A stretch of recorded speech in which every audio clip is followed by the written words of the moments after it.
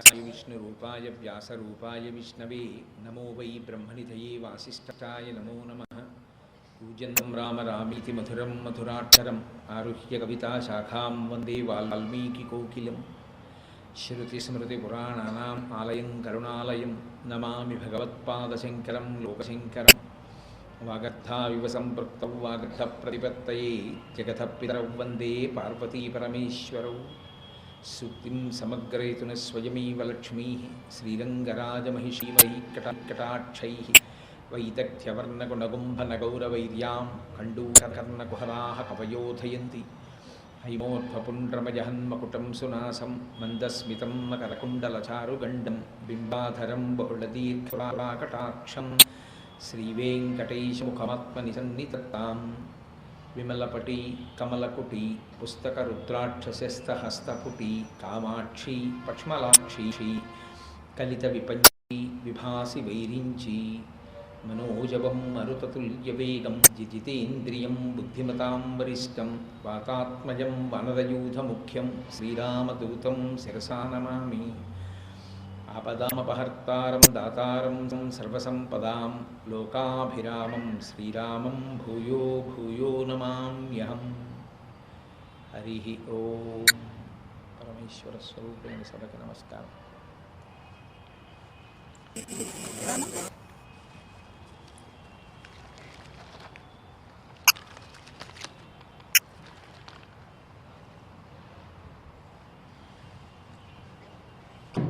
సంసార సాగర కరాళ భవాంగ దుఃఖ నిస్తారకారి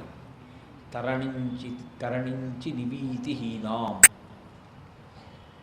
అష్టాంగయోగ పరిపాలన కేలిదట్టాం వింధ్యాఘవాస నిరతాం ప్రణమామ తాం వై అని దేవతలందరూ పరదేవతని స్తోత్రం చేస్తే జగదంబ వారిని అనుగ్రహించి తప్పకుండా మిమ్మల్ని కష్టాలలోంచి గట్టెక్కించడం కోసం తారకాసురుని యొక్క ఉద్ధతి నుంచి మిమ్మల్ని కాపాడడం కోసం నేను అవతార స్వీకారం చేశాను అని ఒక మహాత్ముడు మహాజ్ఞాని బ్రహ్మజ్ఞాని అయినటువంటి సనత్కుమారుని యొక్క శాపవాక్కుని నిజం చెయ్యడం కోసం ఆ తల్లి మేనకాదేవి గర్భమునందు జన్మించడానికి అంగీకరించి ఆమె మేనకా హిమవంతుల యొక్క కుమార్తెగా ఆవిర్భవించింది అని నిన్న మీతో నేను మనవి చేసి కథా కార్యక్రమాన్ని పూర్తి చేసి ఉన్నాను.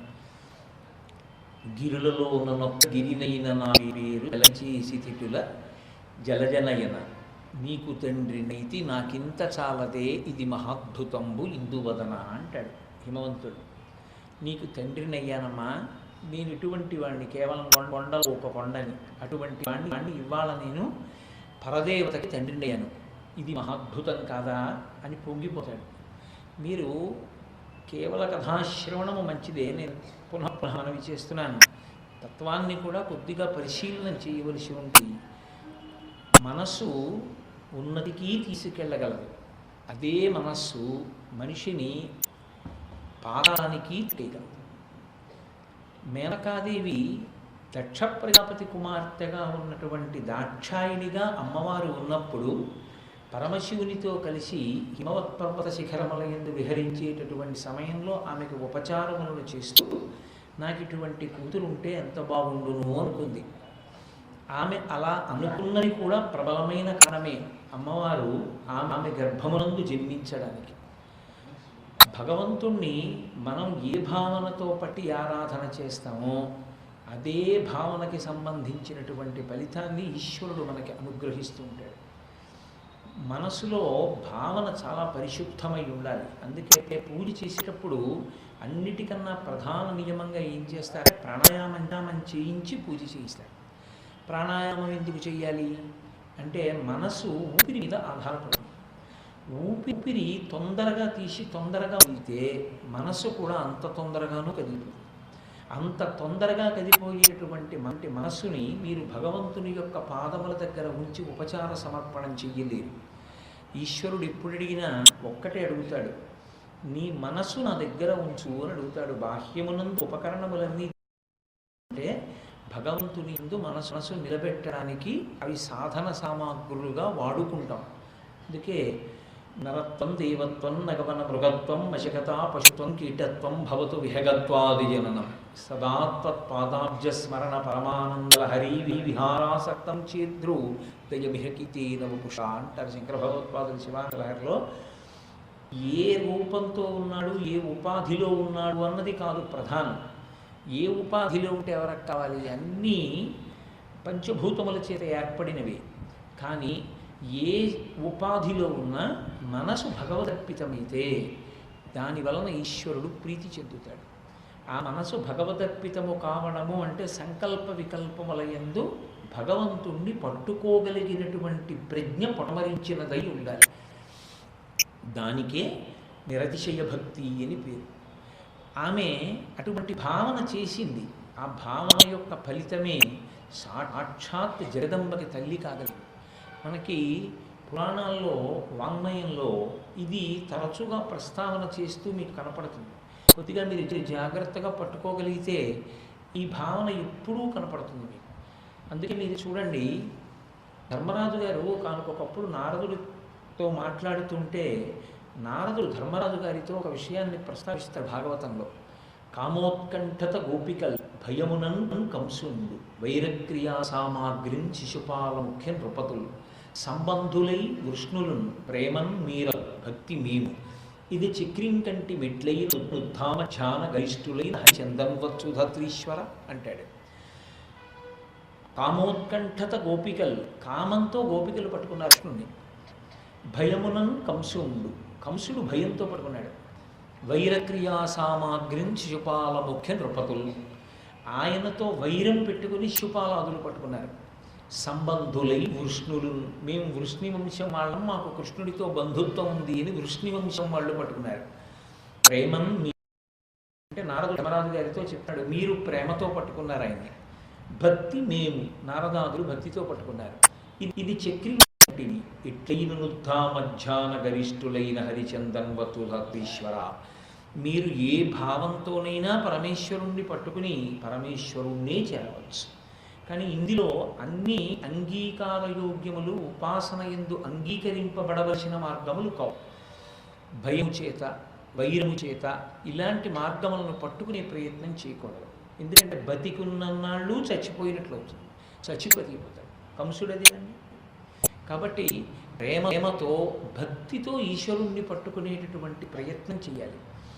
అది భావము అనేటటువంటిది మనసులోంచి జనిస్తుంది. ఆ భావము ఈశ్వరుని యందు ఆరోపితమైతే, సదా భగవంతుణ్ణి అలవాటైతే, అలా స్మరించడం అలవాటు చేత మీరు పరమేశ్వరుణ్ణి ఏ రూపంతో, ఏ భావనతో చూసి అర్చిస్తారో ఆ భావనకి తగినటువంటి ఫలితాన్ని మీకు ఈశ్వరుడు అనుగ్రహిస్తాడు. దీనికి ప్రబలమైనటువంటి సాక్ష్యం ఒకటి చూపిస్తారు మనకి పెద్దలు. భాగవతంలో పరీక్షిత్తు శుకుడికి భాగవతాన్ని చెప్తున్నాడు. అంతా వింటున్నాడు. వింటుంటే కృష్ణ భగవానుడంతటి వాణ్ణి ఇలా వేరు చూపించగలిగిన స్థితి యశోదమ్మకి ఎలా వచ్చింది? కేవలం అజ్ఞులైన గోపకాంత. అటువంటి గోపకాంత అటువంటి పరాత్పరుడైనటువంటి కృష్ణ భగవానుడికి తల్లి కావడమా? జగదీశ్వరునకు చన్నిచ్చు తల్లిగా ఏమి నోము నోచే ఈ యశోద, పుత్రుడంచు అతని పోషించు తండ్రిగా నందుడేమి చేసే నందితాత్మ అన్నాడు పరీక్షిత్తు. అద్భుతమైన ప్రశ్న.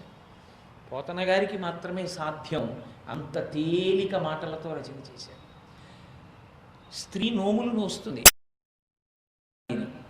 ఆమె జగదీశ్వరులకు చన్నిచ్చు తల్లిగా ఏమి నోము నోచి ఈ యశోద. ఆయన జగత్తుకంతటికి ఈశ్వరుడు, ఆయన లోక పరిపాలకుడు, అఖిలాండ. అటువంటి వాడికి ఈమె స్తన్యం ఇచ్చి పోషించింది. ఈమె స్తన్యములోని పాలు తాకపోతే ఆ పిల్లవాడు బతకలేడు అని ఆయన కూడా ఆమె స్తన్యములోనున్న పాలు తాగి పెరిగాడు. ఏమదృష్టమయ్యా! సమస్త భూతములను పోషించగలిగినటువంటి పరమాత్మ, తల్లిదండ్రులు ఉండవలసిన అవసరము లేని పరమాత్మ, అజాయమానో బహుధా విజాయతే వేదం చేత కీర్తింపబడిన పరమాత్మ, యశోదేవి యొక్క స్తన్యము నుండి స్రవించినటువంటి పాలు తాగడమా? ఏమి నోము వచ్చింది అసలు? జగదీశ్వరులకు చన్నిచ్చు తల్లిగా ఏమి నోము నోచి ఈ యశోద అంటే రమించిన హృదయం నుంచి వచ్చిన ప్రశ్న. పరీక్షిత్ పుత్రుడంచు అతని పోషించు తండ్రిగా వీడు నా కొడుకు అని అని నందుడు గబగబా నడిచి వస్తుంటే అమ్మో నాన్నగారు వస్తున్నారు ఎక్కడేమంటారో అని పక్కకి నక్కి కృష్ణుడు నించోడమా? నందుడు చెప్పులు విప్పి ఇలా చూస్తే కృష్ణుడు గబగబా వచ్చి ఆ 2 చెప్పులు పట్టుకెళ్ళి పక్కన పెట్టడమా? ఏమిరా అంటే నాన్నగారండి ఆవులు దూడలు కాస్తున్నది అని ఎంతో వినయంగా మాట్లాడటమా? నందుడు పడుకుంటే కాళ్ళు పట్టడమా? కృష్ణ పరమాత్మ వీడు మా అబ్బాయి అండి, వీడిని చదివిస్తున్నాను, వీడికి దూడలు కాయడం ఇప్పుడు నేర్పిస్తున్నాను అని నందుడు చెప్పడమా? పరిపాలించగలిగిన వాడు అయ్యాడా నందుడు? అసలు వీళ్ళిద్దరూ ఏ పుణ్యం చేసే దంపతులై కృష్ణ పరమాత్మకి తల్లిదండ్రులు అయ్యారు? నందుడేమి చేసే నందితాత్మ నాకు చెప్పు అని అడిగాడు. పరమేశ్వరుడు నాకు కొడుకుగా కావాలి అని నోము లేదు లోకంలో. పరమేశ్వరుడు కొడుకుగా కావాలి అని చెయ్యగలిగిన పుణ్యం పురుషుడికి లేదు లోకంలో. మరి ఎందుకు అయ్యారు అంటే అప్పుడు చెప్తాడు, వీళ్ళిద్దరూ ధరాద్రోణులు, వసువుల ఎందొకడు. వీళ్ళు ఒకానొకప్పుడు చతుర్ముఖ బ్రహ్మగారి గురించి తపస్సు చేశారు. ఆయన ప్రత్యక్షమై ఏం కావాలని అడిగారు. లోకంలో అందరూ కృష్ణ పరమాత్మ యొక్క అవతార స్వీకార సమయమునందు యాదవులుగా జన్మిస్తున్నారు కదా, మేము కూడా జన్మిస్తాం మీ ఆజ్ఞ ప్రకారం. కానీ కేవలముగా మేము జన్మించడం కాదు, అక్కడ అవతార స్వీకారం చేసినటువంటి కృష్ణ పరమాత్మ యొక్క తల్లిదండ్రులం మేమే అన్న భావనతో ఆ పిల్లవాడిని లాంచి పోషించి మేము రక్షించేటటువంటి భాగ్యాన్ని మాకు ఇయ్యి అన్నారు. వాళ్ళ అదృష్టం అడిగారు, కాస్తూ అన్నాడు బ్రహ్మగారు. కేవలము వాళ్ళ కోరికే మనోజనితం, ఒక ఉత్తమమైన కోరిక కోరారు అంతే. ఆ కోరిక కోరినందుకు గాను వాళ్ళు కృష్ణ పరమాత్మకి తల్లిదండ్రులు అయ్యారు. కన్న దేవకి వసుదేవులు యథార్థమునకు నందుడు యశోద పొందిన భాగ్యాన్ని పొందలేదు. అందున యశోదమ్మ పొందిన భాగ్యాన్ని నందుడు పొందలేదు. ఎందుకు తెలుసండి? నంద యశోదలుగా పెంచి పెద్ద చేశారు, కానీ ఒక్క కోరిక మళ్ళీ కోరింది యశోద. భవిష్యోత్తర పురాణంలో ఒక మాట అంటారు, మనస్సీదతమీ కృష్ణ తప కళ్యాణ వీక్షణి దర్శయస్వ రమానాథ జగదానందకారక అని అడిగింది. ఏమయ్యా ఇన్ని కళ్యాణాలు చేసుకున్నావు కృష్ణ, ఒక్కటి చూడలేదు నేను, పెంచి పెద్ద చేశానే, తల్లినే, నా కోరిక తీర్చద్దా, ఒక్క కళ్యాణం నేను చూడడానికి కుదరదా అని అడిగింది. అమ్మా ఈ అవతారంలో కళ్యాణాలన్నీ అయిపోయాయి, నీకోసమే వచ్చేటటువంటి అవతారంలో వేరొక కళ్యాణం జరుగుతుంది, ఆ కళ్యాణంలో నువ్వు తప్ప నాకు పెద్ద దిక్కుంటాడు అని మళ్ళీ కలియుగంలో అదే యశోదాదేవి వకుళమాతగా వచ్చింది. వకుళమాత కుమారుడుగా వెంకటాచల ప్రభు వచ్చారు. అందుకే అప్పటి నుంచి ఇప్పటికీ వకుళమాత వెంకటేశ్వర స్వామి వారి దేవాలయంలోనే కూర్చుని అమ్మాయి ఏం చేస్తుంది? కొడుకు చక్రవర్తి అయినా కొడుకు కడుపు నిండా తిన్నాడా లేడా, వాడికి ఇష్టమైనవి వండుతున్నారా వండట్లేదా, ఎప్పుడు వంటశాలలోకి చూస్తుంటుంది. వెంకటాచలంలో వకుళమాత కూడా అంతే, లోంచి వంటశాలలోకి చూస్తుంటుంది. సూది ముక్కేసుకుని ఆవిడ కూర్చుని ఉంటే నాకు ఎంత సంతోషంగా ఉంటుందో, తిరుమల వెళ్ళినప్పుడు ఆవిడ దర్శనం చేయడం నాకు ఎంతో ఆనందంగా ఉంటుంది. ఎందుచేత అంటే వెంకటేశ్వర స్వామి వారి దగ్గర చాలామంది వెళ్ళిపోతూ ఉంటారు, ఆవిడ దగ్గర హాయిగా మాట్లాడచ్చు, సుఖంగా మాట్లాడచ్చు. ఎందుకంటే ఇంత వెంకటేశ్వరుడు కూడా రాత్రి పడుకునేటప్పుడు అమ్మ చూపించిన వాడు అమ్మకి కనపడోసారి కాళ్ళు పట్టద్దు, తప్పకుండా వస్తాడు. ఆయనే వచ్చినప్పుడు కోడలు లక్ష్మీదేవి రాదు, ఇద్దరూ కలిసి చెరోకాలు పడతారు. ఎవరైనా ఆయన ఇప్పటికే ఆలస్యమైంది వెళ్ళి పడుకోరా అంటుంది ఆవిడే. పడుకుంటాను కానీ అమ్మా అని ఆయన ఏదో కబుర్లు చెప్తాడు. ఇవాళ ఒరే కాకినాడ నుంచి కోటేశ్వరరావు వచ్చాడు చూసావు అందనుకోండి, వకుళమాత చూశానమ్మా వచ్చాడు అంటే ఒరే వాడి సంగతి కొంచెం చూస్తుండరా పాపం అని వకుళమాత అందో. ఇక మా స్వామి విడిచిపెట్టాడు. అమ్మతనాన్ని పరమేశ్వరుడంతటి వాడంత అంగీకరించారండి. ఒక్క కోరిక కోరినందుకు యశోద 2 అవతారములలో తల్లిగా నిలబడగలిగింది. యద్భావం తద్భవతి. పనికిమాలిన భావనలు ఎన్నో మనసులో పుడుతుంటాయి. ఒక్కసారి పరమేశ్వరుని యందు అటువంటి భావనకి పుట్టగలిగిందా, ఆ భక్తికి ఈశ్వరుడు లొంగిపోతాడు. అందుకే మోక్ష సాధన సామాగ్ర్యాం భక్తిరివ గరీయసి పాదులు నిర్ణయం చేయడానికి కారణం అదే. ఆ భక్తి అంత గొప్పది, అది దేనైనా సాధించి పెడుతుంది. అది మీరు పార్వతీ కళ్యాణ ఘట్టమునందు ప్రత్యేకంగా గుర్తుపెట్టుకోవాలి. పరదేవతని అర్చన చేసేటప్పుడు ప్రత్యేకించి సువాసినులకు ఒక గొప్ప అదృష్టం. ఆవిడ సువాసిని అర్చన ప్రీత. నేను నీ యందు ఉన్నాను, నేను ఏ ఐదోతనంతో ఉంటానో నీలో నేను ఆ ఐదోతనంగా ఉన్నాను, అందుకని నువ్వు నా పాదముల మీద ఇంత పసుపు ఇంత కుంకం వేస్తే చాలు నేను పొంగిపోతానంటుంది ఆవిడ. అసలు యథార్థమునకు సువాసిని ఎందు, సుహాసిని కాదు సువాసిని. సుహాసిని అంటే మంచి నవ్వున్నది అని, సువాసిని అంటే ఐదవతనం ఉన్నది అని. సువాసిని ఎందు ఎంత గొప్ప లక్షణాన్ని ప్రకాశింపచేసిందో తెలుసా అండి శాస్త్రం. వాళ్లకున్నన్ని మినహాయింపులు పురుషుడికి ఇవ్వలేదు. భార్యాభర్త ముందు రోజు రాత్రి రమించి ఉంటే, దాంపత్య సుఖాన్ని అనుభవించి ఉంటే, పురుషుడు తలస్నానం చెయ్యకుండా పూజకి సంబంధించిన ఏ సంభారాన్ని ముట్టుకోవడానికి అర్హత లేదు. పూజాగది ప్రవేశం కూడా నిషిద్ధం. అదే ఆడదానికి సువాసినికి కాసి నీళ్లు 3 మాటలు తల మీద చల్లుకుని పూజా మందిరంలోకి వెళ్ళి భర్త పూజ చేయడానికి వాడేటటువంటి సంభారములను కడిగి పెట్టడానికి ఆవిడకి అధికారం ఇచ్చింది.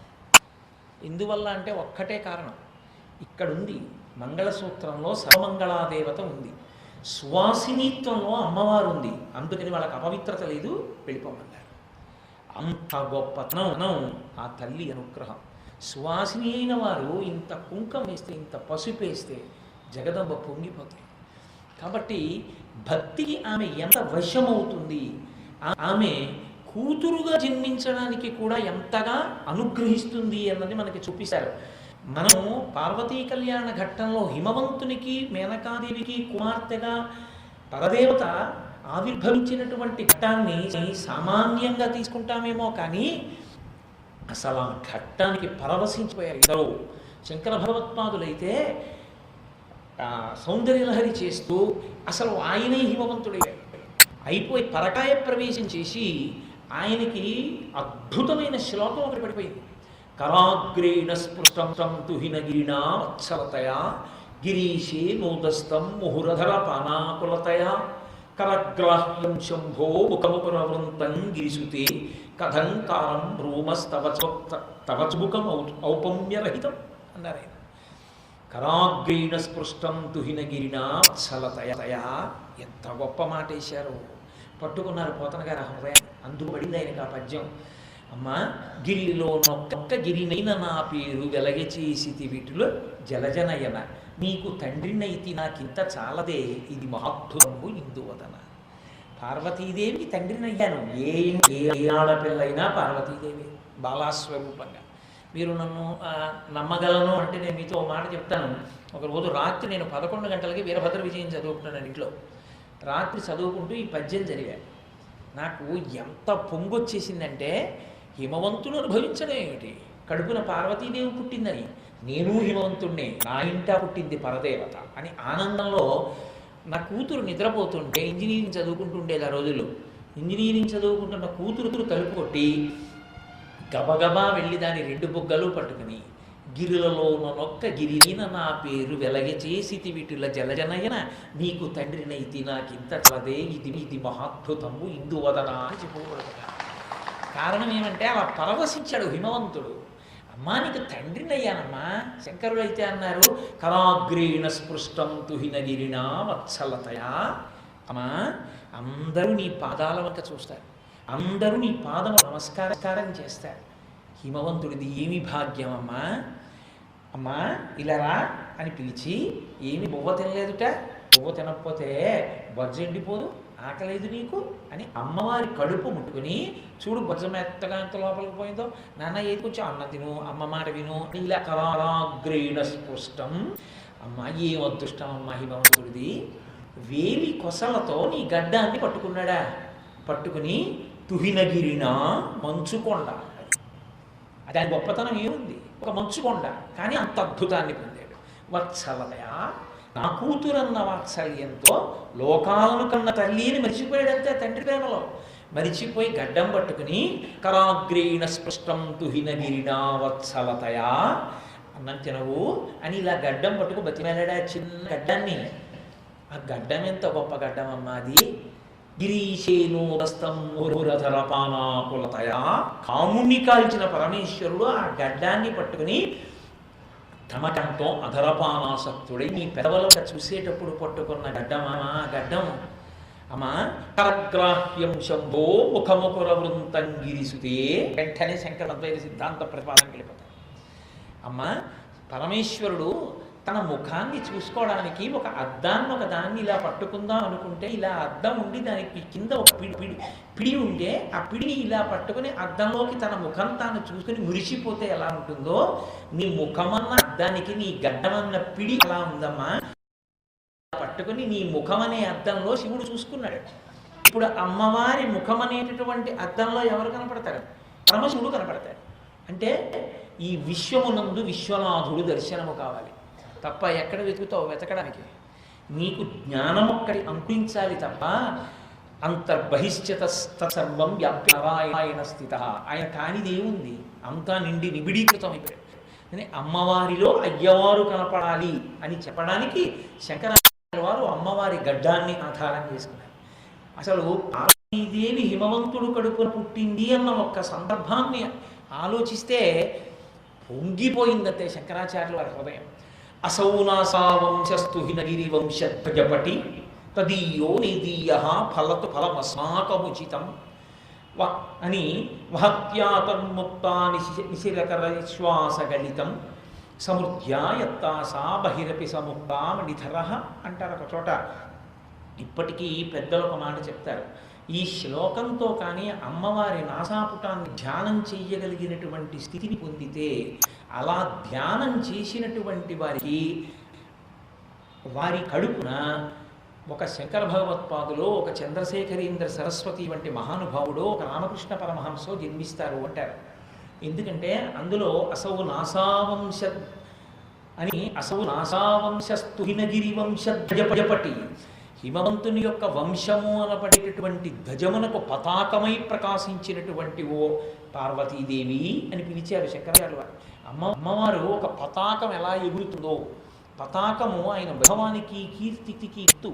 హిమవంతుని యొక్క ఏమి అంటే పార్వతీదేవికి తండ్రి కావాలి. అమ్మా నీవు ఊపిరి తీసి ఊపిరి విడిచిపెట్టినప్పుడు ఎడమ ముక్కులోంచి వచ్చేటటువంటి ఊపిరి మరింత చల్లగా ఉంటుంది కనుక చంద్ర సంబంధనడి ఉంటుంది కాబట్టి అందులోపలికి ఉన్నటువంటి ముత్యం ఒక్కసారి ఇలా బయటికి వచ్చి లోపలికెడితే వెదురు బొంగులోని ముత్యంలా ఉంది అన్నారు. ఎందుకంటే ముత్యం బయటికి వచ్చేసింది అంటే వెదురు బొంగు నశించిపోయిందని గుర్తు. ముత్యాలు పుట్టే స్థానాల్లో వెదురు బొంగు, ఏనుగుల కుంభస్థానం ఇవన్నీ ఒకటి. అందుకే మహాభారతంలో శాతన ఖడ్గఖండితల సన్మకుంజర కుంభముక్త ముక్తాతశీల అంటారు. వెదురు బొంగు పగిలిపోతే ముత్యం బయటికి వస్తుంది. ఇప్పుడు ముత్యం వచ్చేసింది అన్నారనుకోండి, అమ్మవారి ముక్కుని వెదురు బొంగుతో పోల్చి చెప్పడం అమంగళం అవుతుంది. అందుకే శంకరులు ఎంత గొప్ప భావన చేశారంటే నీవు ఊపిరి తీసి విడిచిపెడుతున్నప్పుడు ఎడమ ముక్కులోంచి ఆ చల్లతనానికి ఆ ముత్యం ఇలా వచ్చి ఇలా వెళ్ళిపోతుంటే ఆ ముత్యము దర్శనము కావాలి అన్నారు. ఆ ముత్యము ఎవరికి దర్శనమవుతుందో వాళ్ళ వంశంలో ముత్యం పుడుతుంది. అంత గొప్ప శ్లోక సౌందర్య లహరిలో అది. దాన్ని శంకర భగవత్పాదులు దేనికి సమన్వయం చేస్తూ ప్రతిపాదించారంటే పార్వతీదేవి జననమునకు సమన్వయం చేశారు. అందుకని అసౌనాసా వంశస్తు హినగిరి వంశధ్వజపటి అని పిలిచారు. కాబట్టి భక్తి ఏది తెచ్చి మీకు ఇవ్వలేదు, ఏదైనా తెచ్చివ్వగలరు. పొంగిపోయాడు. అయితే అప్పుడప్పుడు జ్ఞాపకం వస్తూ ఉంటుంది పార్వతీదేవి వరం. ఈ పిల్ల ఇంట్లో ఓ పట్టు పావడా కట్టుకుని ఇలా తిరుగుతోంది, కానీ ఈ తిరుగుతున్న పిల్ల ఎవరు?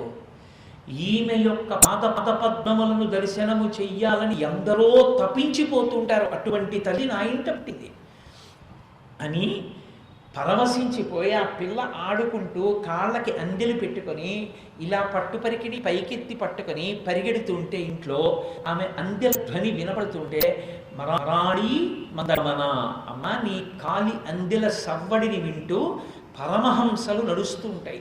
అంటే వివేకము చేత జగత్తుని సత్యాన్ని వేరు చేసి నిరంతరము పరబ్రహ్మమును ఉపాసించగలిగినటువంటి మహాపురుషులు నీ పాదముల యొక్క అందెల సవ్వడిని ఉపాసన చేస్తుంటారమ్మా అని నరదేవాసుర పూజితాంఘ్రియుగళా నారాయణీ శాంకరి మానసా త్రినయనీ కళ్యాణయుక్త నిశాచర దర్పోన్నత సంహరి సదమలా చండార్చిని యోగిని అగమవందిత తల్లి జగన్మోహిని అని పిలిచి పొంగిపోతుండేవాట. ఇన్ని పేర్లు పెట్టించేవాడు. మనం ఇంట్లో ఆడపిల్ల పుడితే అమ్మా ఇలారా, నా పండు ఇలారా, కన్నా ఇలారా, బుజ్జి ఇలారా అని పేర్లు పెట్టుకున్నట్టే పరదేవానుగ్రహం పొందినటువంటి హిమవంతుడు నా ఇంట ఆ తల్లి పుట్టిందన్న పరవశంతో నరదేవాసుర పూజితాంఘ్రియుగళా నారాయణీ శాంకరి ఎలా పడ్డాయో పద్యాలు ఆయనకి నిజంగా హిమవంతుల్లో పరకాయ ప్రవేశం చేశారు. నరదేవాసుర పూజితాంఘ్రియుగళా, అమ్మా ఎవరో ఒక్కళ్ళు పూజ చేయడం కాదమ్మా, నరులు పూజ చేస్తారు, దేవతలు పూజ చేస్తారు, అసురులు రాక్షసులు కూడా నిన్నే పూజ చేస్తారు. జగదంబవి నీ తప్ప ఎవరిని పూజ చేయాలి? మరి అందరూ నిన్నే పూజ చేస్తారు. అన్నీ తెలుసున్నవాడు వేదాంతర్గతమైన గాయత్రీ స్వరూపం అంటాడు. ఇంటికి ఐశ్వర్యం రావాలన్నవాడు కొత్తగా ఓ వాహనం కొనుక్కుంటే తలుపులమ్మా అంటాడు. ఒక్కసారి కానీ వెళ్ళి నమస్కారం చేస్తే మళ్ళీ మళ్ళీ ఐశ్వర్యం ఇచ్చే తల్లి కాబట్టి మరిడమ్మా అంటాడు. ఎప్పుడు ఇంట్లో ఆపదలు రాకుండా అంటువ్యాధులు రాకుండా కాపాడేటటువంటి తల్లి కాబట్టి మా ఊరి పోలేరమ్మా అంటాడు. అందరికన్నా ముందు ఆ ఊళ్ళో వచ్చి ఒక రాయి రూపంలో కూర్చుని పసుపు రాయించుకుని బొట్టెట్టుకుని ఆ కుటుంబాన్ని అంత వృద్ధిలోకి తెచ్చి అన్ని గడపలు అంతమంది యజమానులు అంతమంది పిల్లల్ని తయారు చేసుకుంది కాబట్టి మా ఊళ్ళో పెద్దటమ్మా అంటాడు ఒకడు. ఇంకొకడు ఇదిగో మేము ఈ ఊళ్ళో ఉన్నాము, ఈ ఊళ్ళో అన్నం తింటున్నాము, మళ్ళీ ఈ సంవత్సరం తిన్న అన్నం వచ్చే సంవత్సరం కూడా తింటున్నాము. మేము తినడం కాదు, ఈ అన్నం వీరి అయి కొడుకులు పుట్టి కూతుళ్ళు పుట్టి కోడళ్ళు అల్లుళ్ళు వచ్చి మనవలొచ్చి ముని మనవలొచ్చి ఇంత కామర తంపరగా పెరుగుతోందంటే మాకు అన్నం రూపంలో అనుగ్రహిస్తున్న నూకాలమా అంటాడు. ఏ పేరు పెట్టి పిలిచినా అమ్మా నిన్నే కాబట్టి నిన్ను తప్ప ఎవరిని పిలుస్తారు? మరి అమ్మా అని పిలవకుండా ఎవరు ఉండగలరు? కాబట్టి నరదేవా పూజితాంఘ్రియుగళా నారాయణి. లోకములకు స్థితికారకుడు శ్రీ మహావిష్ణువు. ఆయన ఎప్పుడూ రక్షణ చేస్తూ ఉంటారు. ఒక్కసారి నమస్కరించి పిలవడమే పాపం, అంతే. వచ్చి పట్టుకుని రక్ష చేస్తారు. అందుకే ఏకేన తులసి మాత్రదలేనా పినరోత్తమ పూజయే భక్తిభావేన తంరక్షామితి మత్పణ అంటుంది మనకి భవిష్యోత్తర పురాణం. ఒక్క తులసి దళాన్ని పట్టుకెళ్ళి ఆయన పాదముల మీద పెట్టి నమస్కరించినటువంటి వాణ్ణి రక్షిస్తాడు. సకృదేవ ప్రపన్నాయ తమాస్మీతి చయాచతే అభయం సర్వభూతేభ్యో దదామ్యేతద్వ్రతం మమ అంటాడు యుద్ధకాండలో. ఒక్కసారి వచ్చి నా మ్రోల పడిపోయి రామా నేను నీవాడనన్న వాడిని విడిచిపెట్టాను అంటాడు. అటువంటి తత్వం విష్ణువు యందు ఎలా ప్రకాశించిందో అమ్మవారిగా నువ్వే విష్ణువు అమ్మ. పురుష స్వరూపంతో ఉంటే విష్ణువు, స్త్రీ స్వరూపంతో ఉంటే వైష్ణవి. అందుకే వైష్ణవి స్వరూపాన్ని దేవి భాగవతంలో వ్యాస భగవానుడు వర్ణిస్తాడు. రక్తాంబరాం రక్తవర్ణాం రక్త మాల్యాంబరధరాం గారుడే వాహనే సంస్థాం వైష్ణవీం శక్తిమద్భుతాం అంటాడు. నారాయణుడు ఎలా గరుత్మంతుడిని ఎక్కుతాడో అలాగే నారాయణి కూడా గరుత్మంతుడిని అధిరోహిస్తుంది. కారణం ఏంటంటే పుంస్వరూపంలో చెప్తే నారాయణుడు, స్త్రీ స్వరూపంలో చెప్తే నారాయణి తప్ప అసలు ఈశ్వరుడికి ఒకే రూపంతో ఉండడం అన్నది ఉండదు. అందుకే పోతన గారు అష్టమస్కంధం చేస్తూ భాగవతంలో స్త్రీ పురుష నపుంసక మూర్తియులు కాక తిర్యక్ అమర నరాది మూర్తియులు కాక కర్మ గుణభేద సరసప్రకాశి కాక వెనుక నన్నియుతానకు విభుతలంతు అంటారు. భగవంతుడు స్త్రీయా పురుషుడా నపుంసకుడా? ఏమీ కాదు. అంతే పరంజ్యోతి నపుంసక నామం మీకు అన్ని నామాలను కనపడుతుంది. ఈశ్వరుణ్ణి మీరు భక్తితో పిలవడమే తర్వాయి ఆయన వచ్చి కాపాడతాడు. కాబట్టి అమ్మా నారాయణి శాంకరి శంకరోతీతి శంకర. ఎప్పుడు శుభములను చెయ్యడం తప్ప అశుభమును కల్పించడం అనేటటువంటిది తెలియనటువంటి వాడెవరో ఆయనకి శంకర అని పేరు.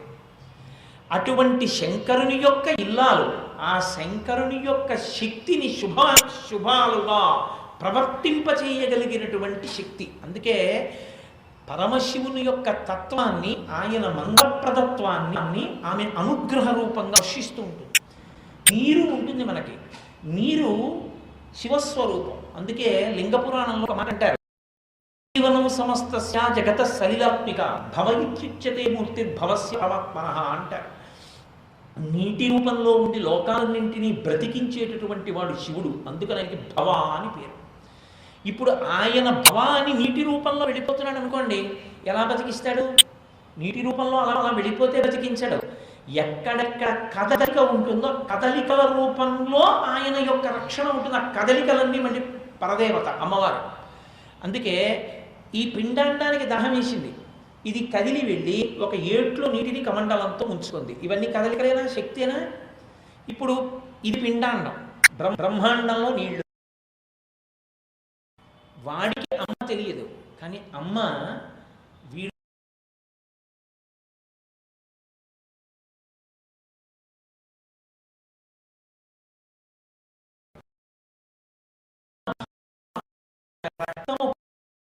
పాలు త్రాగి వాడు బతుకుతున్నాడు. భర్తకి వంటశాలలోకి వెళ్ళి వండి పెడుతుంది.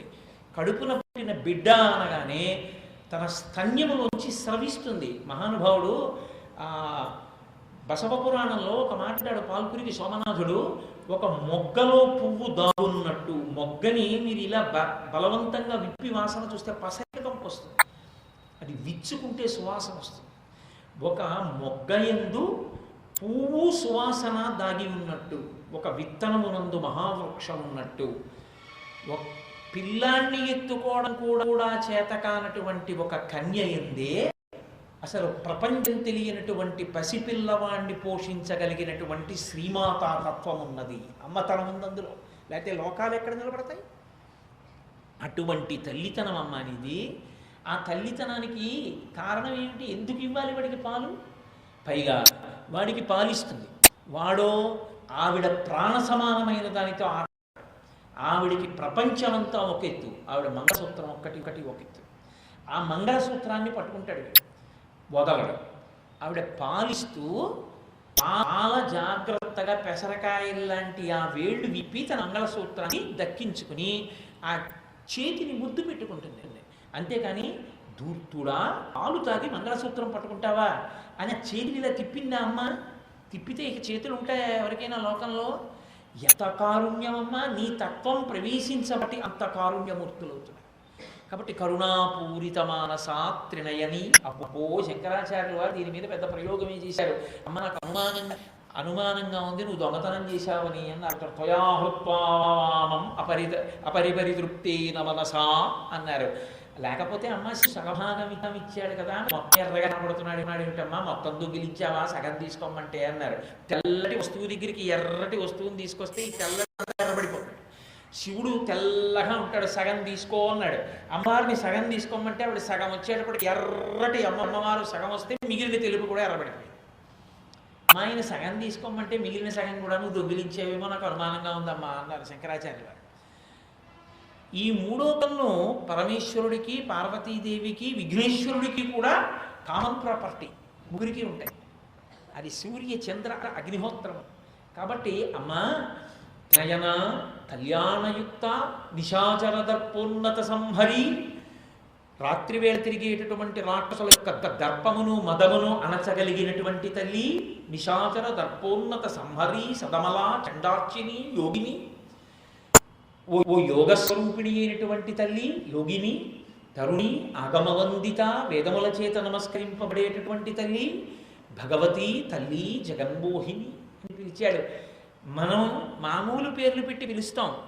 నిజంగా మీరు పార్వతీ కళ్యాణం చదివితే కొంచెం తాతగారిగా మారవలసిన వయసు వచ్చేటటువంటి వాడికి ఎప్పుడెప్పుడు నాకు ఒక మనవరాలు పుడుతుందో, ఎప్పుడెప్పుడు ఆ మనవరాలు పట్టుపరికిని కట్టుకుని కాళ్ళకి గజ్జెలు పెట్టుకుని ఇంట్లో పరిగెత్తు ఆడుకుంటుంటే, పసుపు రాసి పారాణి పెట్టిన చిన్ని పాదాలతో పట్టులంగా ఇలా ఎత్తి పట్టుకు పరిగెడుతుంటే నేను అక్కడే కుర్చీలో కూర్చుని ఆ పాదాల వంక చూస్తూ పార్వతీ కళ్యాణం గుర్తు తెచ్చుకుని నేను కూడా సంతోషంగా నరదేవాసుర పూజితంఘ్రియుగళ నారాయణి శంకరి కరుణాపూత మానసా త్రినయని కళ్యాణయుక్త నిశాచర దర్పోన్నత సంహరి సదమల చండార్చిని యోగిని తరుణి ఆగమవందిత భక్తి తల్లి జగన్మో. నా ఇంట పరిగెడుతున్నావా, నా ఇంట నీ మంజీరముల ధ్వని వినపడుతోందా అని నేను పరవశించిపోయే రోజు ఎప్పుడో, నాకు మనవరాలు పుట్టేది ఎప్పుడో అని తాతనైపోవాలని తాపత్రయం వస్తుంది. అలా ఉంటాయి నిజంగా పోతన గారి పద్యాలు. కొన్ని పద్యాలు వీరభద్ర విజయంలోంచి, కొన్ని పద్యాలు శివపురాణం నుంచి, ఇన్నింటిలోంచి సమన్వయం చేస్తున్నాను. ఎక్కడెక్కడ నాకు ఆనందం అనిపిస్తే అక్కడక్కడి పద్యం మీతో మనం చేస్తున్నాను. ఇక మేనకాదేవో ఆవిడికి తెలియదు ఏమిటి, తన కడుపున వరం చేత పుట్టినటువంటి తల్లిని. అప్పుడప్పుడు తల్లితనంతో హద్దులేని ప్రేమ చేత ఆవిడ పార్వతీదేవి అని మర్చిపోతుంటుంది. ఒక్కొక్కసారో నా భాగ్యం లోకములను కన్న తల్లి నాకు కూతురుగా ఉంది అంటుంది. అందుకని ఆవిడ పరవశించిపోతూ ఆ ఇంట్లో పిల్ల ఆడుకుంటూ అలా ఇలా తిరుగుతూ అమ్మ అమ్మ మంచినీళ్ళు ఇవ్వ అమ్మ అని ఇంట్లోకి వచ్చి అమ్మ మంచినీళ్ళు ఇస్తే గడగడ గడగడ ఆ బంగారు రంగులో మెరిసిపోతున్న వేళ్లతో ఇలా ఆ మంచినీళ్ళు తాగేసేసి గ్లాస్ అక్కడ పెట్టేసి పరిగెత్తి వెళ్ళిపోయి ఆడపిల్లలతో ఆడుకుంటుంటే చిన్న పిల్ల ఇంటికి వచ్చిన వాడికి అమ్మ సువాసనకు పసుపు రాయాలి, చక్కగా పసుపు రాయి అంటే ఆ చిన్ని చేత్తో ఆ గిన్నె పట్టుకుని బట్టకు అంటుకుంటుంది, చక్కగా దగ్గరగా పెట్టుకోవాలి ముందు అంటే బట్ట దగ్గరగా పెట్టుకుని కూర్చుని ఆ చిన్ని చేత్తో ఇంటికి వచ్చిన సువాసనలకి పసుపు రాస్తుంటే మేనకాదేవి పొంగిపోయేదట. చూసి కమనీయ మోహన కరభారతి వచ్చే దయతోడనను కన్న తల్లి వచ్చి ఎంత పొంగిపోయిందో. అసలు హిమవంతుడు ఒకలా పొంగిపోతే మేనక ఒకలా పొంగిపోయింది. చాతుర్య గాంభీర్య జగతి కన్య వచ్చే లాలిత సంపద లక్ష్మి వచ్చి భూరి లోకైక విభూతి దారుని వచ్చే మంగళపావన గంగ వచ్చే తరి గొప్ప దేవాది దేవవల్ల వచ్చే మమితంబగు మహామాయ వచ్చే తల్లి వచ్చను నన్నేల తల్లి వచ్చే బాల వచ్చను ప్రౌఢైక బాల వచ్చే తరుణి వచ్చను నన్నేల గౌరవించి అనుచు కౌగిలించెను మేనక గౌరి చూచి. ఆ చిన్నపిల్లని చూసి పొంగిపోయి ఎంత సంతోషపడిపోయేదంటే అలా నిలబడి మనసులో అనుకునేదిట. కమనీయ మోహనాకార భారతి వచ్చే దయతోడనన్నేల తల్లి వచ్చి. ఎవరు ఈ తల్లి? కమనీయ మోహనాకార భారతి. నా తల్లి వీణ పట్టుకుని పద్మంలో కూర్చుంటే ఇందాక ఆయన చదివే యా కుందిందు తుషారహారధవళ యా శుభ్రవస్త్రావృత యా వీణా వరదండ మండితకరా యా శ్వేత పద్మాసన అని శరజ్యోత్స్నా శుద్ధాంశ శీతజటాజూట పదనాం అంటారు శంకరాచార్యులు వారు. శరత్కాలంలో ఉండేటటువంటి చంద్రబింబం ఎలా ఉంటుందో అంత తెల్లటి స్వరూపంతో ఉంటుంది. తెల్లటి బట్ట కట్టుకుని తెల్లటి పద్మలో కూర్చుని ఎప్పుడు వీణ వాయిస్తూ కూర్చుని ఉండేటటువంటి శారద జ్ఞానమును అనుగ్రహించగలిగినటువంటి తల్లి. ఆవిడ పేరు భారతి భాస్కర. భా అంటే కాంతి, అజ్ఞానమును పోగొట్టి జ్ఞానమివ్వగలిగినటువంటి సరస్వతీదేవి అందరూ కోరి కోరి ప్రార్థన చేస్తారు. అటువంటి శారద నా కడుపున పుట్టింది. ఆవిడే కదూ ఆదిపరాశక్తే కదూ సరస్వతీదేవిగా ఉండేది. కాబట్టి కమనీయ మోహనాకార భారతి వచ్చే దయతోడనను కన్న తల్లి వచ్చే ఆ శారద బిడ్డ మేమందరం. అటువంటి తల్లి నాకు బిడ్డగా వచ్చి దయతోడననుగన్న తల్లి వచ్చే చాతుర్య గాంభీర్య జగతి కన్య వచ్చే లాలిత సంపద లక్ష్మి వచ్చే. అందరూ లక్ష్మీదేవి యొక్క అనుగ్రహం కోసమని చూస్తూ అమ్మవారు మా వంక ఇలా చూస్తే చాలు, ఇలా క్రీగంట చూసిందా ఐశ్వర్యం. పరాశర భట్టరు శ్రీగుణరత్న కోశం చేస్తూ మాట అంటారు, యద్రూభంగా ప్రాణం స్థిరచరవచనాతారతండే మురారే వేదాంతాహ తత్వచింతాంబరవిదురసి యత్పాదచిహ్నైత్తరంతి భోగోద్ఘాతకైలీచులికిత భగవత్వైశ్వరూప్యానుభావా సానశ్రీ అస్మృణీతాం అమృతలహరిధీలీ అపాంగై అంటారు. బ్రహ్మగారు పుర్రె చేత్తో పట్టుకుని పేరు, వీడికి ఉండవలసిన ఆయుర్దాయం, వీడికి ఉండవలసినటువంటి లక్షణాలు అన్నీ రాసేసి ఐశ్వర్యమో అని సైడ్ హెడ్డింగ్ పెట్టి లక్ష్మీదేవి వంక చూస్తాట. మరి ఆయన కొడుకే, ఆవిడ కొడుకే కదూ బ్రహ్మగారు కూడాను. అమ్మ వంక చూసి, అమ్మ ఈ పుర్రె గత జన్మలో ఫలానా పేరున్న పుర్రె, ఇప్పుడు ఈ జన్మ మళ్ళీ పుడుతోంది, ఈ పుర్రెకి ఎంత ఇమ్మంటావమ్మా ఐశ్వర్యం అంటట. ఆవిడ ఏమీ అనకుండా ఇలా కనుబొమ దింపితే దరిద్రుడు అని రాసి పంపుతాడు. వాడు ఏది ముట్టుకున్నా దరిద్రమే. అమ్మా వీడు గత జన్మలో ఫలానా అమ్మ మళ్ళీతున్నాడు, ఎంత ఐశ్వర్యం రాయమంటావు అంటే, ఓ వాడా అంటుందట తల్లి. యద్ధ్రుభంగా ప్రమాణం. వాడా అని కనుబొమ పైకెత్తిందో వాడి ఇంటి ముందు ఏనుగులు తొండములను ఎత్తి ఘింక మహదైశ్వర్యవంతుతాడు. అమ్మా నీ కనుబొమ కదలిక ఐశ్వర్యంలో తేడా తెస్తుంది. యద్ధ్రుభంగాః ప్రాణం స్థిరచరరచనా తారతమ్యే మురారేః వేదాంతాః తత్వచింతాంబరవిదురసి యత్పాదచిహ్నైత్తరంతి భోగోద్ఘాతకైలీ చుడికిత భగవద్వైశ్వరూప్యానుభావాః సానశ్రీః అస్మృణీయాం అమృతలహరి ధీలంకరీయైః పాంగైః. అటువంటి ఓ లక్ష్మి, ఇలా నువ్వు చూశావా? నా పంట పండిపోయింది. అందుకే శంకర భగవత్పాదుల కనకధార స్తోత్రం అంతా, అమ్మ ఒక్కసారి ఇలా చూడమ్మా, ఒక్కసారి ఇలా చూడమ్మని విహంగ శిశౌ విషణ్ణే దుష్కర్మ ఘర్మమపీయ చిరాయ దూరం అని. అమ్మ పిల్లమ్మ, పక్షికి ఆకలి ఎక్కువ, ఇంకా పక్షి పిల్లకి ఎంత ఆకలి, ఎంత ఏడుస్తోందో ఈ బ్రాహ్మణి చూడమ్మా. అపాంగలీల, ఒక్కసారి ఇలా చూశావా తల్లి?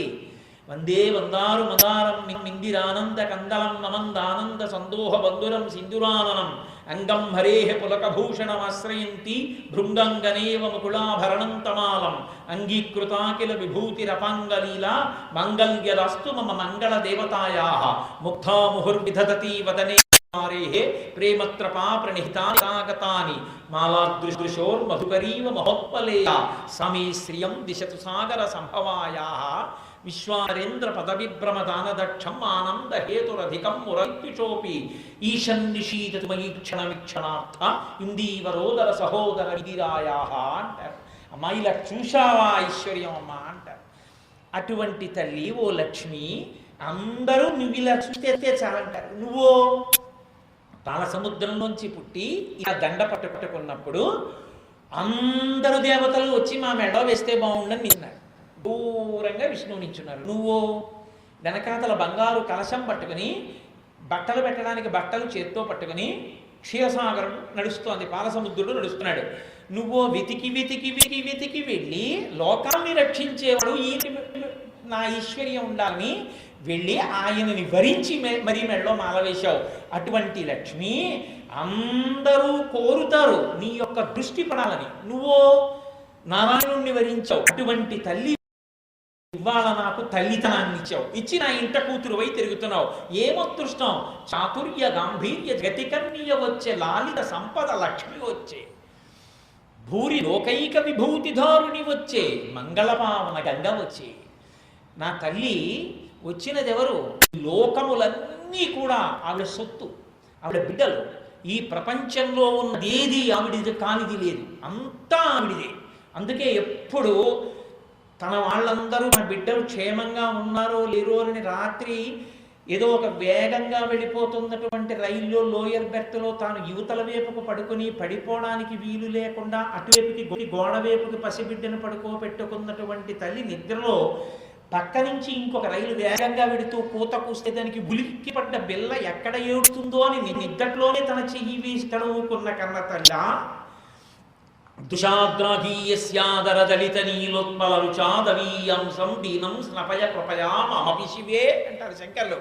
అమ్మా ఈ బ్రహ్మాండములు ఎంతవరకు ఉన్నాయో అంతకన్నా ఎక్కువ దూరం కళ్ళు ఇలా తిప్పుతూ నీ బిడ్డలందరినీ చూసుకుంటావమ్మా, నీది. అటువంటి తల్లి భూరి లోకైక విభూతి ధారుడి వచ్చే, మంగళపావన గంగ వచ్చే. ఏ పేరు స్మరిస్తే, ఎందులో మునక వేస్తే, ఏ నీరు చల్లుకుంటే, ఏ నీరు లోపలికి పుచ్చుకుంటే, భగవద్గీత కించిదీత గంగాదల్లవకటికాపీత సకృతయేన మురారి సమర్చా క్రియతే తస్య యమేన చర్చ అంటారు భగవత్పాదులు వజోనిందలో. అటువంటి మంగళ పావన గంగ వచ్చే, ఆ గంగ నన్ను పవిత్రం చేయడానికి వచ్చావమ్మా. లోకంలో ఎవరైనా కడుపున పుట్టి ఫలానా వారి పిల్లని ఫలానా వారి పిల్లాన్ని అని చెప్పుకుని కీర్తి పొందుతారు. మేము ఇప్పుడు కాదు, ఎప్పటికీ మేనకాదేవి కుమార్తె పార్వతీదేవి, హిమవంతుడి కూతురు హైమవతి అన్న పేర్లతో మమ్మల్ని తరింప చేయడానికి వచ్చావమ్మా, మమ్మల్ని చిత్రం చేయడానికి వచ్చావు. నీ పేరు చెప్తే తరించినట్టు, నీళ్ళు మునక వేస్తే తరించినట్టు, నిన్ను నోట్లో వేసుకుంటే తరించినట్టు నా ఇంటికి వచ్చి నన్ను తరింప చేసినావా. మంగళపావన గంగ వచ్చే, తరి గొప్ప దేవాది దేవవల్లభ వచ్చే, మానితంబగు మహామాయ వచ్చే. ఈమె ముగ్గురు మూర్తులు, సృష్టికర్త స్థితికర్త ప్రళయకర్త అనిపించుకున్నటువంటి ముగ్గురు మూర్తులకి శక్తి స్వరూపంగా ప్రసరించేటటువంటి ఆదిపరాశక్తి ఎవరుందో ఆమె మహామాయా స్వరూపమై ఉంటుంది. శంకరాచార్యులు వారు సౌందర్యలహరి చేస్తూ విరామాహుర్దేవీం ద్రుహిణ గృహిణో ఆగమదోహో అంటూ ఆమె గురించి ఒక మాట చెప్తారు, అమ్మా మహామాయా విశ్వం భ్రమయసి పరబ్రహ్మ మహిషి అంటారు. ఈ లోకాన్నంతటినీ మహామాయా స్వరూపంతో తిప్పుతుంటావమ్మా నువ్వు. అలా తిప్పగలిగినటువంటి తల్లి నా ఇంట సాకారమూర్తిగా వచ్చి పుట్టింది. ఆమె తరిగొప్ప దేవాదిదేవ బ్రహ్మగారికి సృష్టి శక్తిగా ఆమె ఉంటుంది. శ్రీ మహావిష్ణువుకి స్థితికారకుడిగా లోకాలను రక్షించగలిగిన శక్తిగా విష్ణువుని ఆశ్రయించి ఉంటుంది.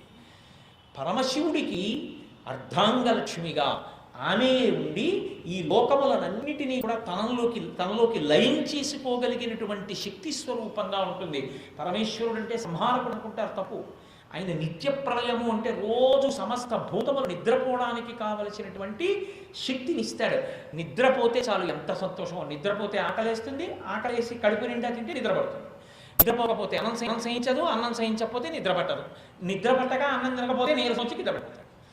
ఏ పావలాకాశం ఇచ్చామని రాత్రి ఇన్ని కోట్ల భూతములకు నిద్ర పెట్టాడు పరమేశ్వరుడు. అన్ని భూతములు నిద్రపోతాయి. నిద్రాకాలికి సుఖం ఇస్తాడు కాబట్టి నిత్య ప్రళయం. జ్ఞానం ఇచ్చి మోక్షం ఇస్తాడు కాబట్టి ఆత్యంతిక ప్రళయం. తనని పొందలే చివర తానే పొందుతాడు. వీడికి ఏ జన్మలిచ్చినా వీడు నన్ను పొందలేకపోతున్నాడు రా, ఇలాంటి వాళ్ళనందరినీ పొందేస్తే దరిద్రం వదిలిపోతుంది. అందరికీ 35 మార్కులు దాటిపోయారు, అందరూ పాస్ అయిపోయారు. కానీ కొంతమంది మాత్రం ఎప్పుడూ 30 వచ్చి ఉండిపోతున్నారు. గవర్నమెంటే 5 మార్కులు మోడరేషన్ వేసేసి పాస్ చేసి. అలా పరమేశ్వరుడే పైనుంచి ఓ మైనపూత నల్లపూసల మధ్యలో పడి నల్లపూసల్ని తకంచుకున్నట్టు పరమేశ్వరుడు జీవుల్ని పొందితే మహాప్రళయం. ఇందులో ఎక్కడ క్రౌర్యం ఉంది నాకు చెప్పండి? నిద్ర పట్టించడం క్రౌర్యమా, జ్ఞానం ఇవ్వడం క్రౌర్యమా, మనం పొందలేకపోతే ఆయన మనని పొందడం క్రౌర్యమా? ఏది క్రౌర్యం? పరమకారుణ్యం. అందుకని కరుణాపూరిత మానసాత్రణయనీ కళ్యాణయుక్త అంటాడు హేమవంతుడు. పరమేశ్వరుడు అంతటి కారుణ్యమూర్తి. అటువంటి కారుణ్యమూర్తి అయినటువంటి పరమేశ్వరుని యందు లయం చేయగలిగిన శక్తిగా ఉన్నవో తల్లి. కాబట్టి ముగ్గురు మూర్తుల యందు 3 రకములైన శక్తులుగా ఉన్న ఒక్క ఆదిపరాశక్తి ఆమెయే. ఒకనాడు బ్రహ్మగారికి సరస్వతీ శక్తిగా ఉంటుంది, ఆమెయే విష్ణువుకి లక్ష్మీ శక్తిగా ఉంటుంది, ఆమెయే పరమశివుడికి పార్వతీదేవిగా ఉంటుంది. అంత మాత్రం చేత ఆవిడ అంటే అదే చేస్తుంది అని మీరు అనుకోకూడదు. ఓ కలెక్టర్ గారు ఉంటారు, డిస్ట్రిక్ట్ కలెక్టర్ అండ్ మెజిస్ట్రేట్.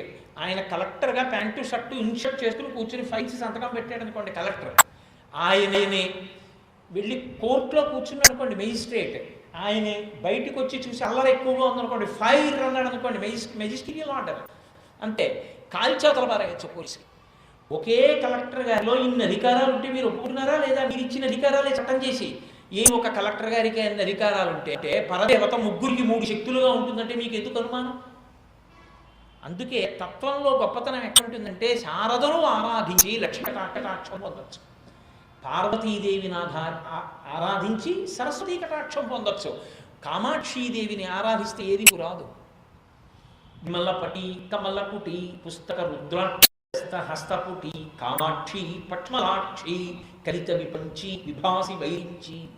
ఆ కామాక్షియే శారదగా ఉండి అనుగ్రహించి నోట్లో నర్తన చేసి శారదయ్యి.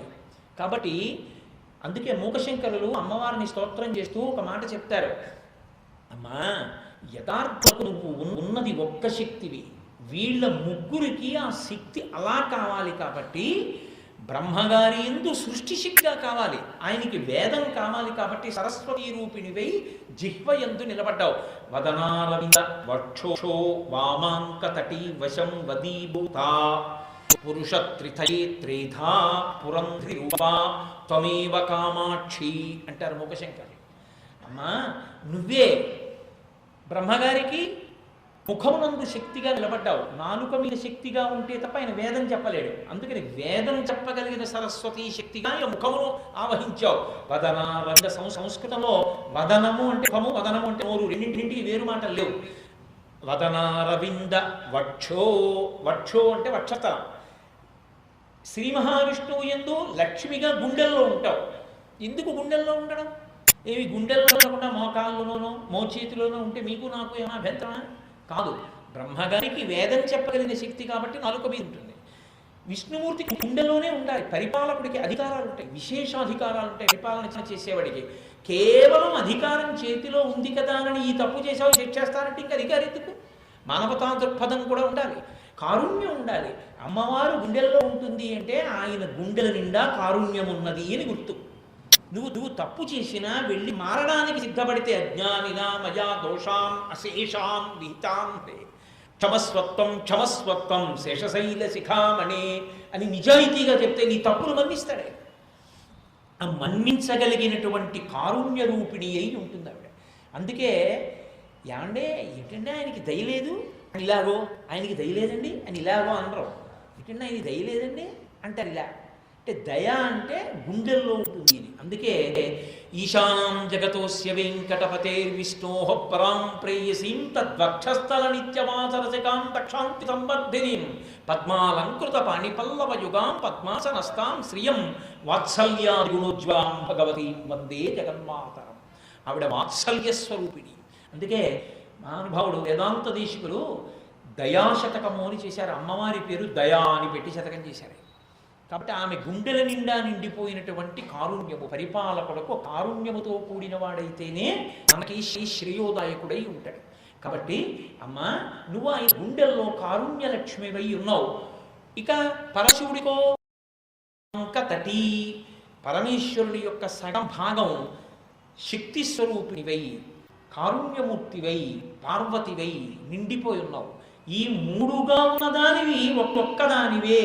అందుకే కలెక్టర్ గారే మ్యాజిస్ట్రేట్గా ఉన్నట్టు మీరు ఏ రూపానైనా సరే ఒక్కావింటి పట్టుకొని ఆమెయే అన్నీ అన్న భావన మీకుంటే ఆమె మీకు అన్నీ ఇవ్వగలదు.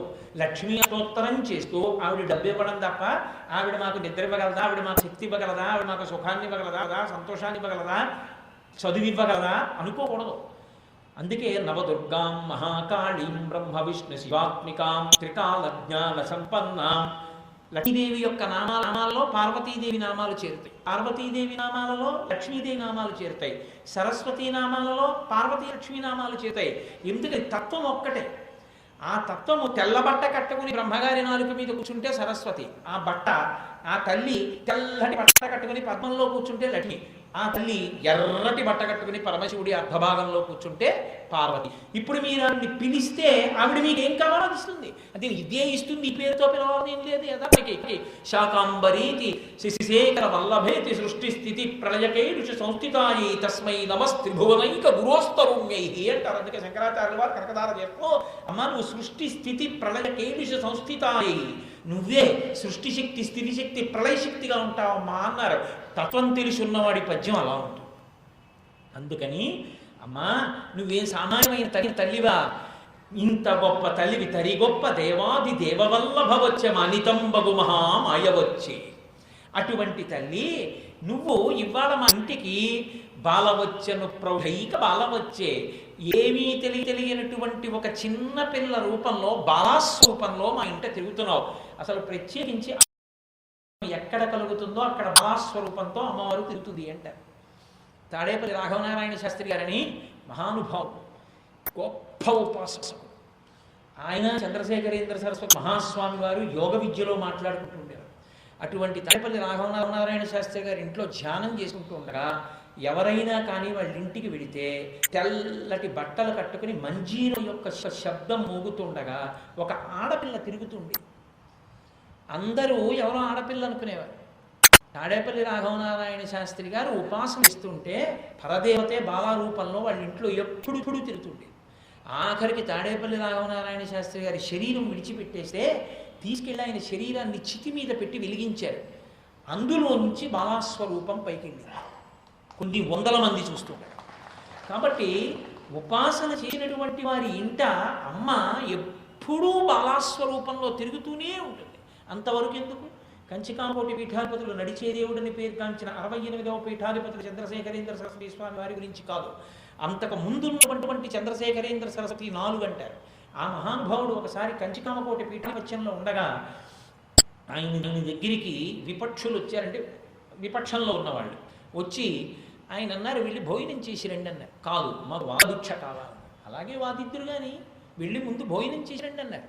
వాళ్ళు భోజనం చేశారు, వచ్చారు, కూర్చారు. ప్రారంభించండి వాదన అన్నారు. వాళ్ళు ఏదో మాట్లాడదామని ఇలా చూశారు, ఆయన వంక నోరు రాలేదు, ఆగిపోయారు. వాళ్ళు అన్నారు మీరు మీ ఒళ్ళో ఉన్న చంటి పిల్లని దింపేయండి, దింపేస్తే మేము మాట్లాడతాం. మీ ఒళ్ళో పడుకున్న చంటి పిల్ల నవ్వుతూ మా వంక చూస్తే మాకు వాక్స్తంభన అవుతుంది, మాకు మాట రావట్లేదు, మీరు ఆ పిల్లని దింపేయండి అన్నారు. ఆయన అన్నారు, నేను సన్యాసి, నా ఒళ్ళో చంటి పిల్ల ఎందుకు పడుకుంటుంది? నా ఒళ్ళో చంటి పిల్ల కాదు పడుకున్నది, నేను నమ్మి ఏ తల్లిని అర్చించానో ఆ కామాన్ని అనుగ్రహించడానికి. వాళ్ళు ఆయనకి సాష్టాంగ నమస్కారం చేసి, బుద్ధి పొరపాటై మీతో వాదించడానికి వచ్చాం, శారద మీ సొత్తు, ఇంకా మేము మీతో ఏం వాదిస్తాం అని క్షమార్పణ చెప్పి పీఠ బహుమానాలు పుచ్చుకుని వెళ్ళిపోయారు.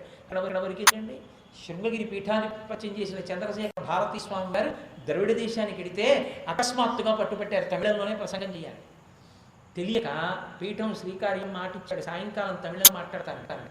కాసేపు గుర్తొచ్చింది ఆయనకి, అసలు తమిళం రాదు చంద్రశేఖర భారతీ స్వామి గారు.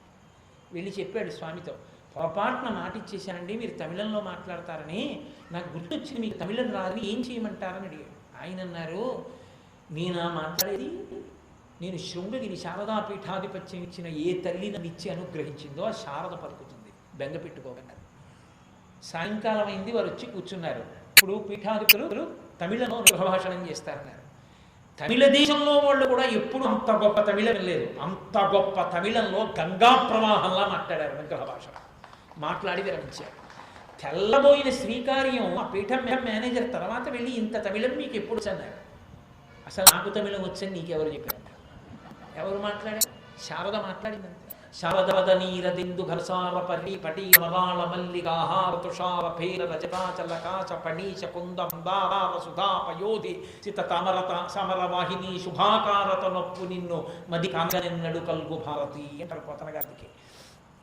అటువంటి తల్లి అమ్మా, అంతటి కారుణ్యమూర్తివి, అందుకే ఇవాళ నా ఇంటికి వచ్చావా అమ్మా బాల రూపంలో, నా ఇంట్లో నా కూతురు రూపంలో తిరుగుతున్నావా అమ్మా.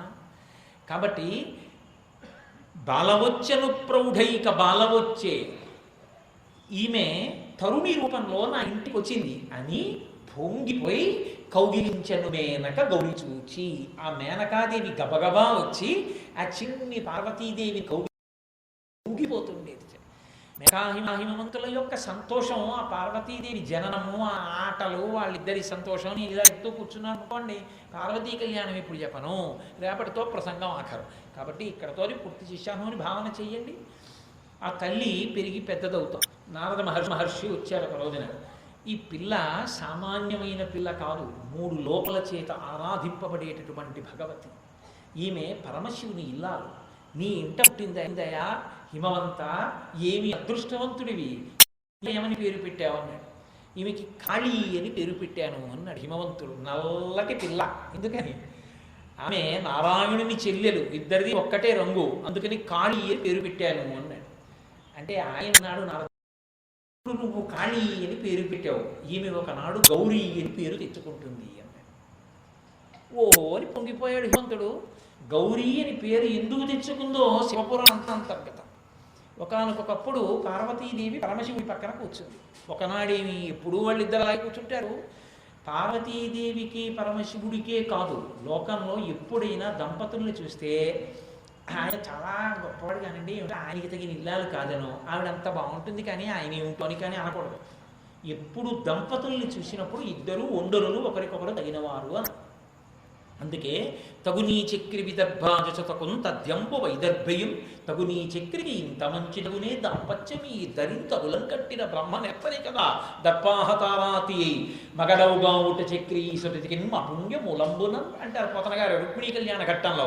శంకర భగవత్పాదులు శివానందలహరి చేస్తే కళాభ్యాం చూడాలంకృత చచి కళాభ్యాం నిజితపత్ఫలాభ్యాం భక్తాభ్యాం భవతు మే శివాభ్యాం అస్తోకత్రిభవన శివాభ్యాం హృతి పునర్భవాభ్యాం ఆనందస్ఫురదభవాభ్యాం నతిరియం అంటారు. నిజ తపఫలాభ్యాం, ఆమె తపస్సుకి ఫలితం, ఈవిడ ఒండరు ఒకరి తపస్సు ఒకరు ఫలమైనారు అంటారు.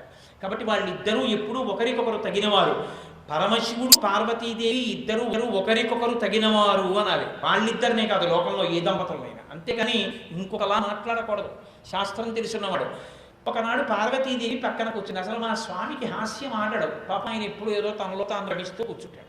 ఆయనకి ఏమి హాస్యాలు ఆడడం, పరిహాసాలు ఆడడం ఇలాంటివి ఆయనకి ఏం చేత కావు, జ్ఞానం ఇవ్వడమే తప్ప. అలాంటి వాడికి ఏ బుద్ధి పుట్టిందో ఒకసారి ఇలా తన వంక చూసుకున్నాడు. అబ్బోయ్ అంత తెల్లగా ఉన్నానో, స్ఫటికమణిది నల్లగా ఉన్నాను అనుకుని ఇలా చూశాడు. నల్లగా అనిపించింది పార్వతీదేవి. నల్లపిల్ల నా భార్య, నేను ఇంత తెల్లవాడిని అనుకున్నాడు. ఎప్పుడూ అలా పిలవని వాడు కాళీ అన్నాడు. ఇలా తన వంక చూసుకుని అలా ఆవిడ వంక చూసి ఆవిడికి ఎక్కడి కోపం వచ్చింది. అంటే నువ్వు తెల్లగా ఉన్నావు, నేను నల్లగా ఉన్నాను, నేను నీకు తగని దానిని అని కదా కాళీ అన్నావు. ఈ మాటి బేరం కూడా నేను అంగీకరించలేను. ఏ విషయంలోనూ నేను నీకు తగిన దానను కానన్న భావన నీకు కలగకూడదు. ఈమె నాకు తగిన ఇల్లాలన్న భావనే ఉండాలి నీకు ఎప్పుడు. ఒక పత్నిగా అదే నాకున్న గొప్పతనం. నాకు ఇంకేం అక్కర్లేదు. ఆయనకి తగిన ఇల్లాలనో అని లోకం మాట అలా ఉంచండి. మీ మనసులో నాకు తగిన ఇల్లాలన్న భావనే ఉండాలి తప్ప నాకు బరువు ఈమె అన్న భావన రాదు. ఇవాళ నన్ను మీరు మీ వంక ఇలా చూసుకుని నా వంక చూసి కాళీ అని అన్నారు. అందుకే చూడండి ఏం చేస్తారు. ఒక్కసారి దూకేసి యోగాగ్నిని రగల్చి అందులో శరీరాన్ని విడిచిపెట్టి తెలుపు పసుపు ఎరుపులతో కూడినటువంటి కాంతితో కూడినటువంటి గౌరవర్ణాన్ని పొంది ఎగిరి దూకొచ్చి పక్కనకు వచ్చింది. ఇప్పుడు నా రంగు చూడు, ఈ రంగు చూడు, వెలవెలపోయి పాలిపోయిన తెలుపా గౌరవర్ణపు గౌరే ఇప్పుడేం తక్కువ. అమ్మ బాబోయ్, ఇలా చూసి కాళీ అన్నందుకు గౌరీగా వచ్చావా అన్నాడు. పరమశివుడు అంతటి వాడు. అందుకే ఆడపిల్ల పీటల మీదకి వెళ్ళేటప్పుడు గౌరీ పూజ చేస్తుంది. గౌరీ పూజ ఎందుకు చేస్తుందో తెలుసండి. అమ్మా, ఒకనాడు నీకు తండ్రి పెట్టిన పేరేగా కాళీ, ఆయనే కొత్తగా నిన్నేమి హాస్యం ఆడలేదుగా. ఎటు తిరిగి పాపం ఇలా తన వంక చూసుకుని నీ వంక చూసి కాళీ అన్నాడు. అలా అన్నందుకే నువ్వు గౌరీగా ఉండవే.